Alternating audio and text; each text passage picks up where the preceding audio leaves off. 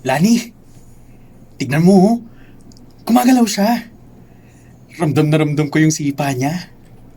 Rico, kailangan nating mag-usap.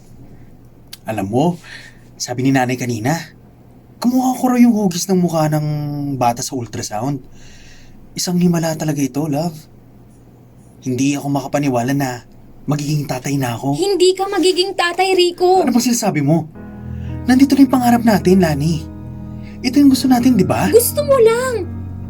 Noong gabing sinunod ko ang utos mo, hindi pangarap ang naramdaman ko, Rico. Pakiramdam ko, namatay ako. Lani, ginawa natin ito para sa pamilya natin. Para hindi tayo dumating sa punto na tumanda tayong mag-isa. Isang sakripisyo lang yun. Para sa masayang kinabukasan. Sakripisyo? Ikaw ang humiling, pero ako ang kailangang dumaan sa dumi. Ngayon tuwing hahalikan mo ang tiyan ko, naaalala ko ang estrangherong yun.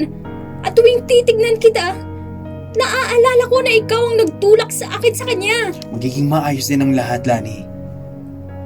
Papalabasin natin sa bata na tayo ang magulang niya, na ako ang ama niya. Mapapalitan ng sayang lahat ng bigat ng nararamdaman mo ngayon. Eh paano magiging maayos kung sa tuwing sisipa ang batang ito, ang nararamdaman ko ay kasinungalingan? Rico, hindi ko na alam kung mahal pa kita. Kung kaya ko pang sikmurain ang mukhang ito na nagsasabing ipamigay ko ang katawan ko. Huwag kang magsalita ng ganyan. Sana maintindihan mo naman na para sa atin ito. Isipin mo yung bata. Iniisip ko nga ang bata, kaya natatakot ako, di ba? Dahil habang lumalaki siya, lalong lumalalim ang sugat sa atin.